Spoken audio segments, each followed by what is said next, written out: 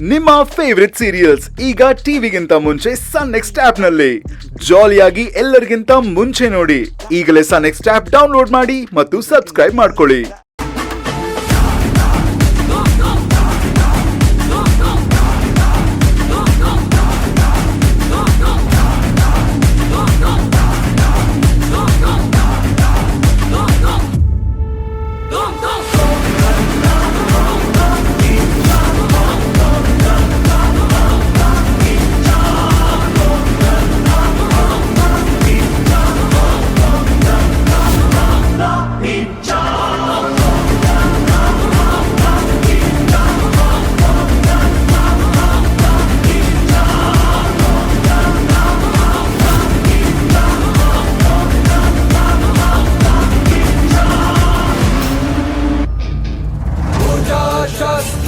मस्तके अग्नियस्य स एव अस्ति परमम त्वमेव इति देवा इदानीं जयतु सर्वरम्.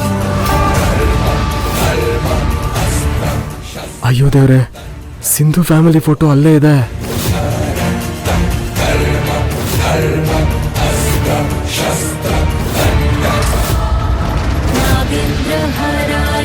ವಸುಂಧರಾ ಮೇಡಮ್ ಏನಾದ್ರೂ ನೋಡಿದ್ರೆ ನನ್ನ ಕತೆ ಸಿಂಧು ಕತೆ ಅಷ್ಟೇ.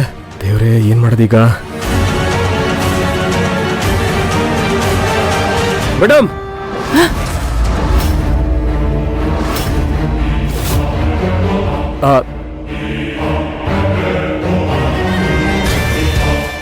ಮೇಡಮ್ ಜ್ಯೂಸ್ ಕೋಲ್ಡ್ ಹೋಗ್ಬಿಡುತ್ತಾ? ಇದಕ್ಕೆ ಯಾಕೆ ಹಾಕ್ ಹೋಗ್ದೆ? ಫೈನ್.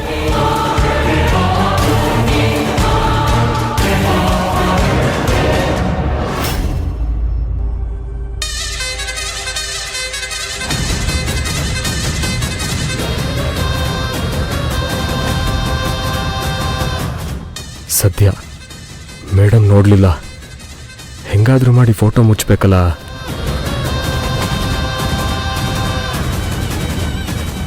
ರಾಕೇಶ್, ಬಾ, ನೀನು ಕೂತ್ಕೋ.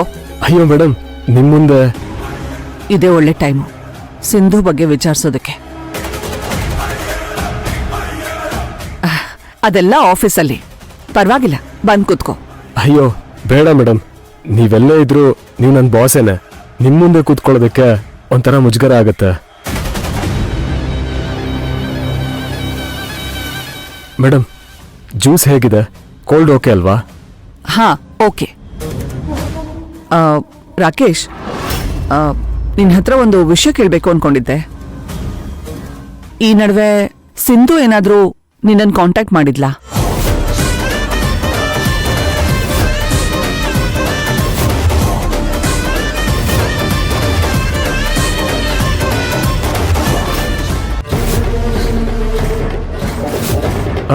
ಸಿಂಧುನಾ? ಇಲ್ಲ ಮೇಡಮ್, ಅವಳಾಗ ನನಗೆ ಕಾಲ್ ಮಾಡ್ತಾಳೆ.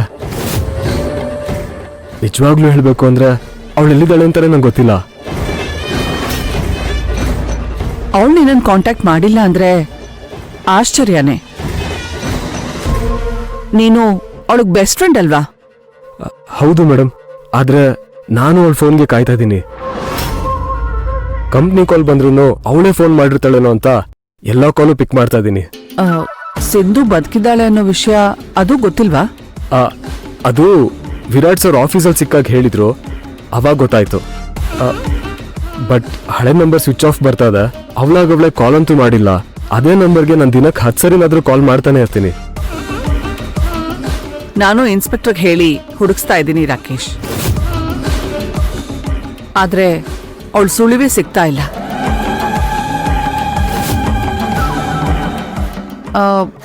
ಒಂದ್ ಆಶ್ಚರ್ಯ ಏನಂದ್ರೆ, ಅವಳು ಬದುಕಿದ್ರು ಅವ್ರ ಅಪ್ಪನಾಗ್ಲಿ ಅಕ್ಕನಾಗ್ಲಿ ಯಾರನ್ನೂ ಕಾಂಟ್ಯಾಕ್ಟೇ ಮಾಡಿಲ್ಲ.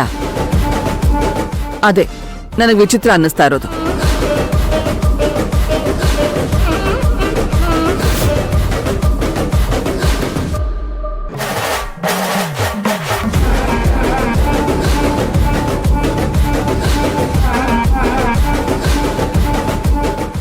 ನನಗೂ ಹಾಗೆ ಅನಿಸ್ತಾ ಇದೆ ಮೇಡಮ್. ಒಂದೊಂದ್ಸಾರಿ ಅವಳು ಯಾವ ಸ್ಥಿತಿಲಿ ಇದ್ದಾಳೆ ಏನೋ ಅನ್ಸುತ್ತೆ.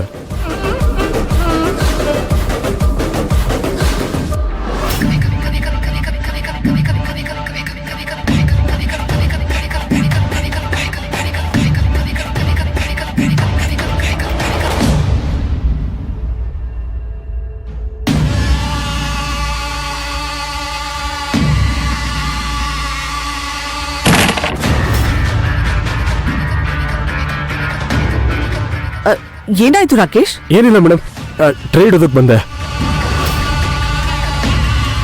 ಇಲ್ಲೇ ಟೇಬಲ್ ಇತ್ತಲ್ಲ.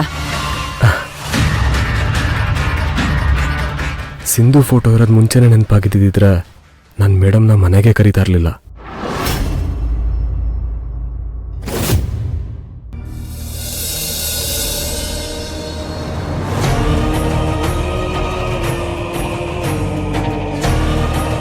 ಅಥರ್ವ, ಏನ್ ಮಾಡೋದು? ಭೈರವಿ ಮತ್ತೆ ವಿರಾಟ್ ಏನಾದ್ರೂ ಯಾವ್ದಾದ್ರೂ ತೊಂದ್ರೆನಲ್ಲಿ ಸಿಕ್ಕಾಕೊಂಡಿದ್ರೆ? ಭವಾನಿ, ಅವ್ನು ಬಂದ್ಮೇಲೆ ಹೇಳ್ತೀನಿ. ಬರೋದು 10 ನಿಮಿಷ ಆಗುತ್ತೆ ಅಂತ ಹೇಳ್ದ ಅಲ್ವಾ? ಈಗ ಅವ್ರು ಬರ್ಲಿಲ್ಲ ಅಂದ್ರೆ ಇವತ್ ನಾವ್ ಮಾಡಿದ್ದೆಲ್ಲ ವ್ಯರ್ಥ ಆಗತ್ತೆ. ಮಾಡಿದ್ ಯಾವುದು ವ್ಯರ್ಥ ಆಗಲ್ಲ ತಾಯಿ. ಎಲ್ಲದಕ್ಕೂ ಅವನ ಆಶೀರ್ವಾದ ಬೇಕು. ಅವನ ಆಣತಿ ಇಲ್ಲದೆ ಏನೂ ಆಗಲ್ಲ ತಾಯಿ.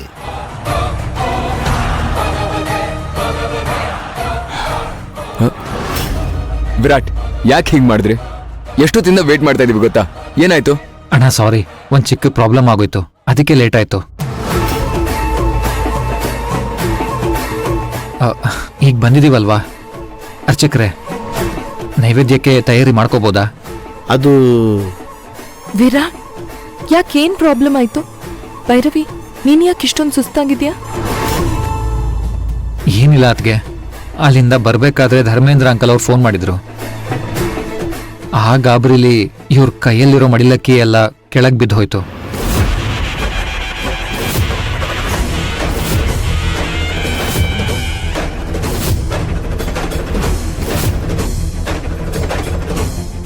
ಆ ಅಕ್ಕಿ ಕೆಳಗ್ ಬಿದ್ಮೇಲೆ ಮತ್ತೆ ಮೊದಲಿಂದ ಎಲ್ಲ ಮನೆಗೆ ಹೋಗಿ ಭಿಕ್ಷೆ ತಗೊಂಡ್ ಬರೋಷ್ಟರಲ್ಲಿ ಲೇಟ್ ಆಗೋಯ್ತು.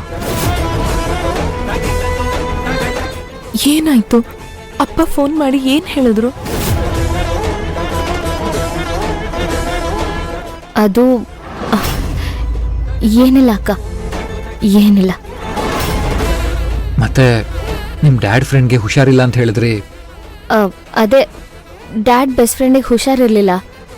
ಆ ಅಂಕಲ್ ಕೂಡ ನನಗೆ ಡ್ಯಾಡ್ ಥರನೇ. ಅವ್ರಿಗೆ ಸಡನ್ ಆಗಿ ಹುಷಾರಿಲ್ದಿರೋದು ಕೇಳಿ ಗಾಬರಿ ಆಗೋಯ್ತು. ಆವಾಗ ಸರ್ಗಲ್ಲಿದ್ದಿದ್ದ ಅಕ್ಕಿನ ಗೊತ್ತಿಲ್ಲದೆ ಬಿಟ್ಬಿಟ್ಟೆ. ಇದೆಲ್ಲ ಆಮೇಲೆ ಮಾತಾಡಿದ್ರಾಯ್ತು. ಮೊದಲು ನೈವೇದ್ಯಕ್ಕೆ ಬೇಕಾಗಿರೋ ತಯಾರಿ ಮಾಡ್ಕೊಳ್ಳಿ. ಈಗ ಸಾಧ್ಯ ಇಲ್ಲ.